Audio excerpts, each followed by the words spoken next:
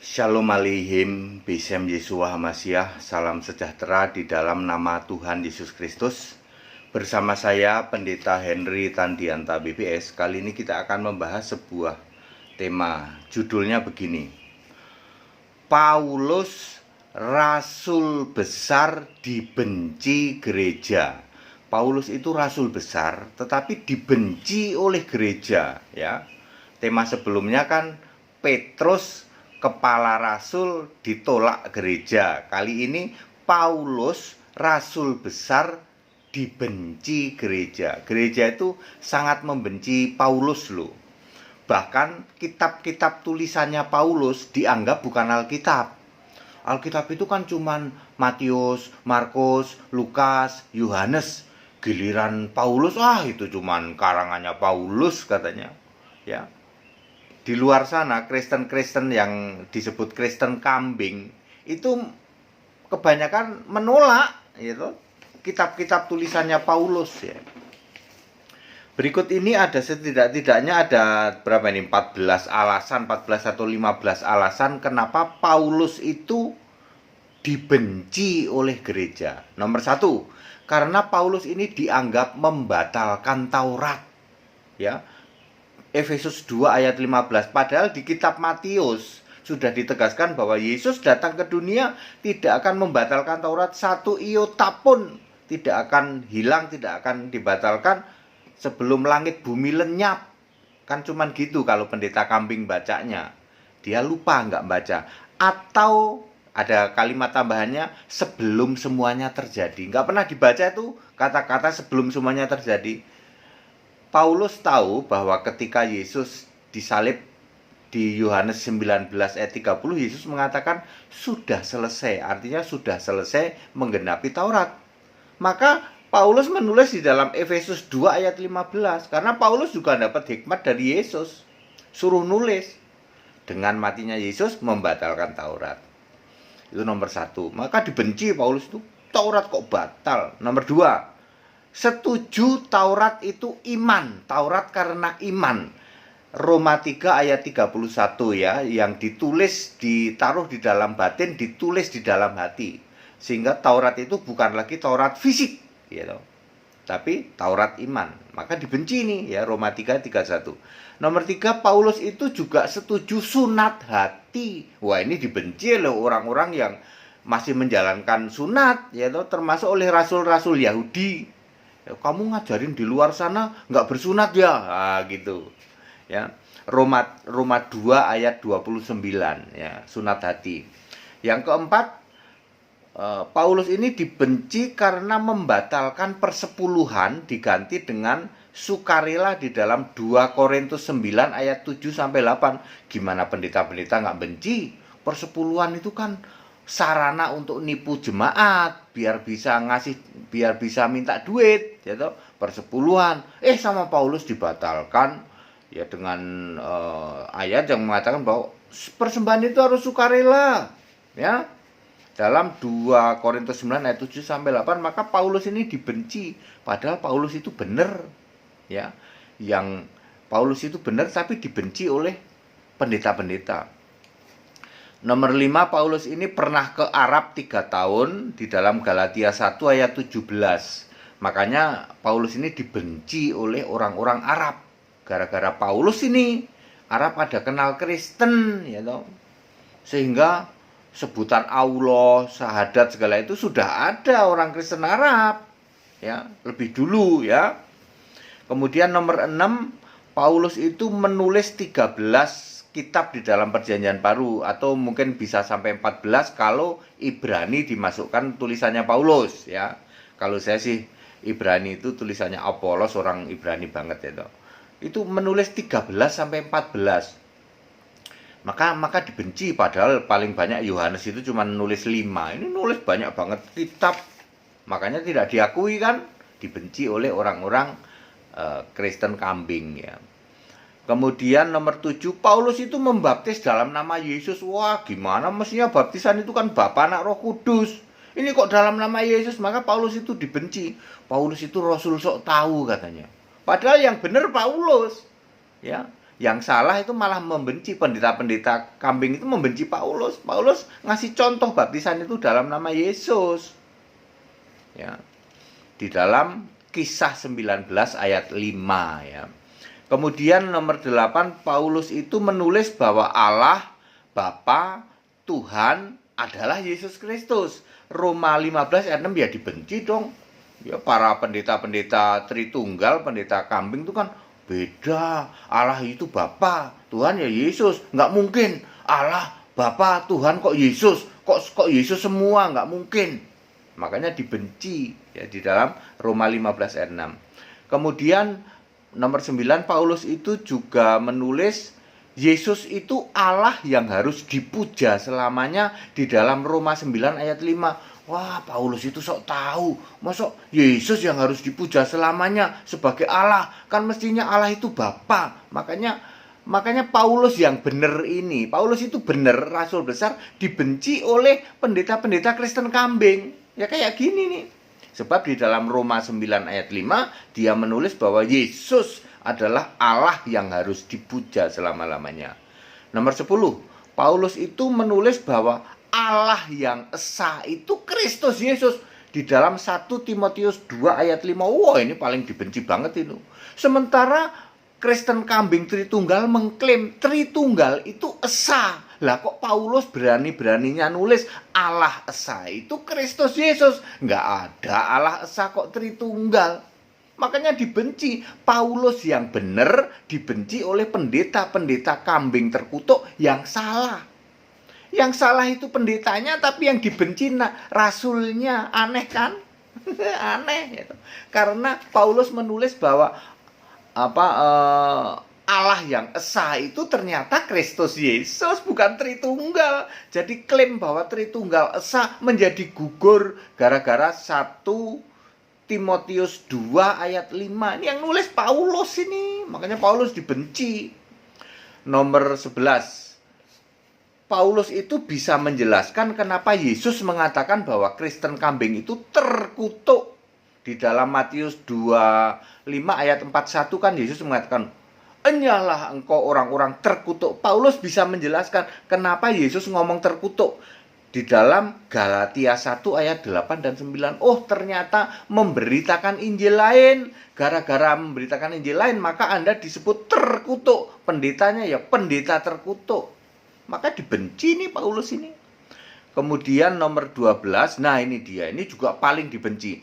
Paulus itu bisa mengatakan bahwa Allah itu satu di dalam Galatia 3 ayat 20 maupun Roma 10 ayat 12. Sementara Tritunggal pendeta kambing terkutuk kan mengatakan Allah itu 3 tapi satu, satu tapi 3. Ini Paulus mengatakan dengan valid Allah itu satu. Satu ya satu, nggak ada 3 tapi satu, satu tapi 3. Maka Paulus itu dibenci. Paulus itu benar, tapi pendeta-pendeta kambing sok tahu, sok benar. Ya, pendetanya yang salah, yang dibenci rasulnya. Ayak-ayak baik. Ke-13, Paulus itu menulis sesuatu yang pasti, yaitu Roma 5 ayat 9 dan 10. Siapa percaya Yesus pasti diselamatkan. Ya para Tritunggal Kristen kambing membenci Paulus. Mestinya kan jangan percaya Yesus dong, percaya Bapa. Nggak ada itu ayat yang mengatakan siapa percaya Bapa pasti diselamatkan. Nggak ada. Percaya Yesus pasti diselamatkan. Di dalam Roma 5 ayat 9 dan 10. Ya, pasti lagi ada kata-kata pasti. Ya, pasti diselamatkan. Nah, makanya dibenci. Kemudian yang ke-14, Paulus itu menulis bahwa tubuh kita adalah bait Allah. Ya, artinya orang Kristen tidak perlu mendirikan gedung gereja. Karena ini nih tempat Allah tinggal ya di sini, maka dibenci. Oh, Paulus itu tidak mendukung pembangunan gedung gereja. Soalnya di dalam 1 Korintus 3 ayat 16, bait Allah itu kita. Jadi kita tidak perlu gedung. Lalu kalau mau ngumpulnya nyewa aja, nyewa gedung-gedung umum. Ya. Kemudian ini juga yang ke-15, 1 Timotius 2 ayat 3 bahwa juru selamat itu harus Allah. 1 Timotius 2 ayat 3, Allah juru selamat. Nah, makanya dibenci. Kan mestinya juru selamat nggak usah Allah, putra Allah nggak apa-apa. Ya, Paulusnya yang benar, oleh pendeta-pendeta dibenci, pendetanya yang salah, yang dibenci kok rasulnya, ya. Oke, terus yang lain ya, hal-hal yang lain bahwa Filipi 3 ayat 20 juru selamat itu harus Tuhan dan lain seterusnya. Baik, itu yang mengapa membuat Paulus itu dibenci oleh gereja-gereja. Mari kita lihat sejarahnya Paulus secara singkat aja ya. Secara singkat supaya ini tidak simpang siur. Roma 15 ayat 24. Paulus itu pengen ke Spanyol, lalu dia nulis surat kepada orang-orang Roma.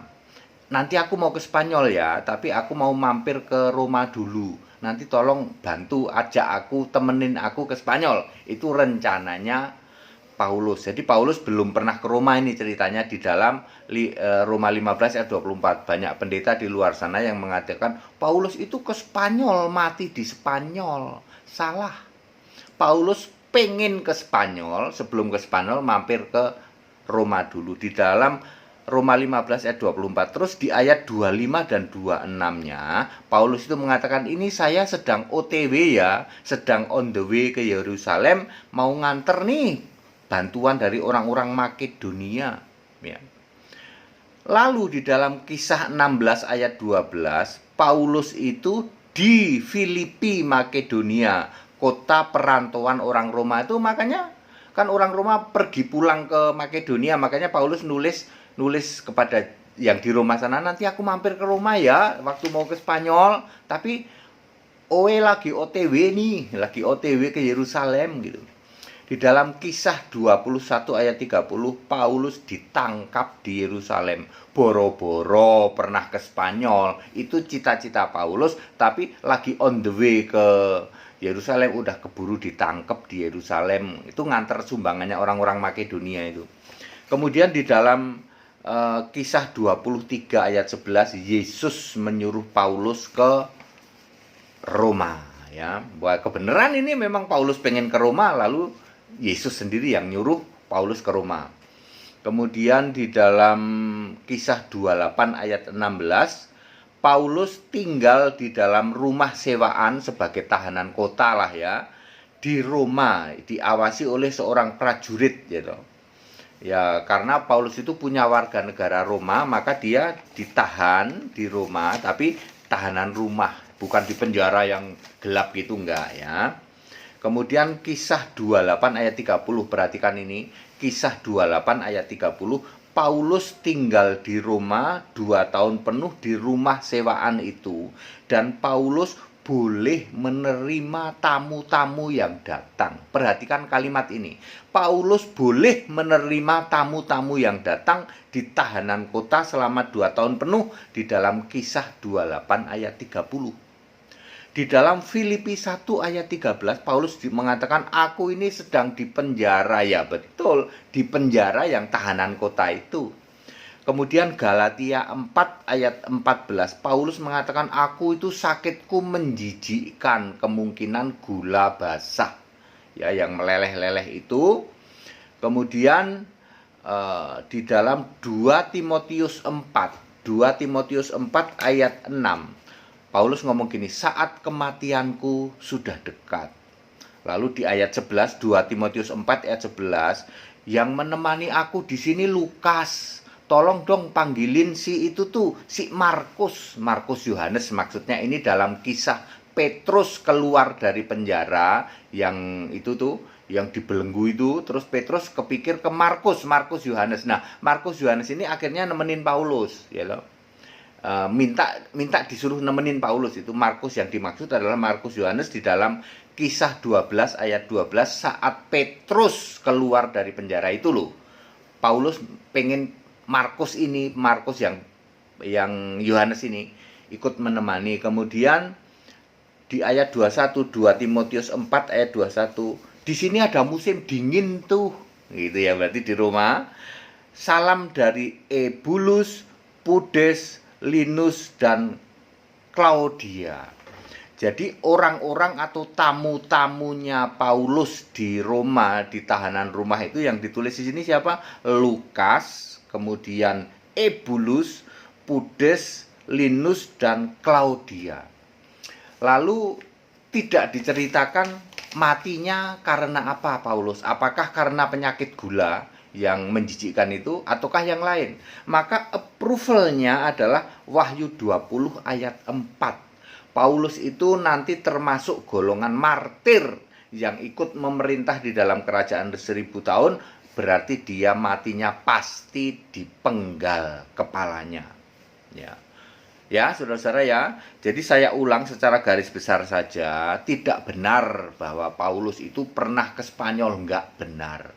Paulus pengen ke Spanyol, mau mampir dulu ke Roma waktu dia ada di Makedonia, nulis surat. Kan orang Makedonia, kota Filipi itu perantauan orang Roma. Jadi, aku nitip surat ya sama jemaat-jemaat di rumah sana, ntar aku mampir ke sana. Lah, Paulus, sekarang Anda mau kemana? Saya mau on the way ke Yerusalem nih, nganter sumbangan kalian nih dari Makedonia. Ditangkap di Yerusalem lalu dan seterusnya, lalu dipenjara, lalu dibawa ke Roma. Kebenaran toh ke Roma, tapi nggak pernah ke Spanyol. Lalu dipenjara selama 2 tahun. Banyak juga yang punya tafsir bahwa Paulus nggak cuma sekali dipenjara, habis dipenjara dilepasin lagi, nanti terus dia bikin cerita tuh aku di penjara, dipukul, dicambuk di Efesus kayak di mana kayak gitu ya. Itu salah, itu sebelumnya itu dia pernah mengalami siksaan seperti itu, tetapi itu bukan penjara yang akhir hidupnya. Jadi ya Paulus ya cuma dipenjara sekali selama 2 tahun di Roma ya. Lalu selama di rumah boleh terima tamu, termasuk yang Lukas, Ebulus, Pudes, Linus, Claudia. Sampai matinya. Matinya dia apa? Matinya pasti dipenggal, karena dia harus memenuhi syarat Wahyu 20 ayat 4 nanti sebagai martir yang ikut dalam kerajaan 1000 tahun. Baik, itu cerita singkat tentang Paulus. Ya, kenapa Paulus dibenci? Saya sudah sebutkan tadi sekitar 15 alasan mengapa Paulus dibenci oleh gereja. Padahal Paulus itu rasul besar yang ditunjuk langsung oleh Yesus. Ya, dia memberi contoh baptisan dalam nama Yesus. Dia mengatakan Allah itu satu. Dia mengatakan juru selamat itu harus Allah. Dia mengatakan bahwa nyembah itu harus Allah, gitu. Ya, siapa yang percaya Yesus Kristus selamat, gitu. Kemudian terkutuk, gitu. Allah Esa itu Yesus Kristus ini semua dibenci oleh Kristen-Kristen kambing. Karena Kristen kambing berdalih Allah Esa itu Tritunggal ya, padahal ditulis Allah Esa itu Yesus Kristus di dalam Timotius 2 ayat 5. Baik, Bapak Ibu Saudara, padat, singkat dan clear. Seperti itu ya, gereja menolak Paulus, padahal Paulus itu rasul besar dipilih langsung oleh Yesus, karena doktrin-doktrinnya itu tidak cocok dengan doktrin Tritunggal Kristen kambing yang mendirikan kebenaran sendiri. Tritunggal itu tapi esa, Allah itu 3 tapi 1. Sementara Paulus bilang Allah itu 1. Ya. Dan lain-lain. Segala hormat kemuliaan untuk Yesus Allah yang benar. Yang mau ikut sekolah Alkitab silahkan ya. Masih dibuka terus tentang ini ya. Semua ini untuk kemuliaan nama Tuhan, supaya Bapak Ibu semua tahu, oh seperti ini toh kebenaran Alkitabnya. Betapa selama ini kita ditipu terus ya, ternyata ayat Alkitab itu iya, Tritunggal itu ya nipu lah. Gimana gak nipu? Oh, Paulus saja mengatakan Allah itu esa, Allah itu 1, gitu. Allah yang esa itu adalah Kristus Yesus, kok Anda ditipu Tritunggal tapi esa, itu kan nipu semua. Ya, tetap bersama saya Pendeta Hendy Tandian Tabibes. Haleluya, amin.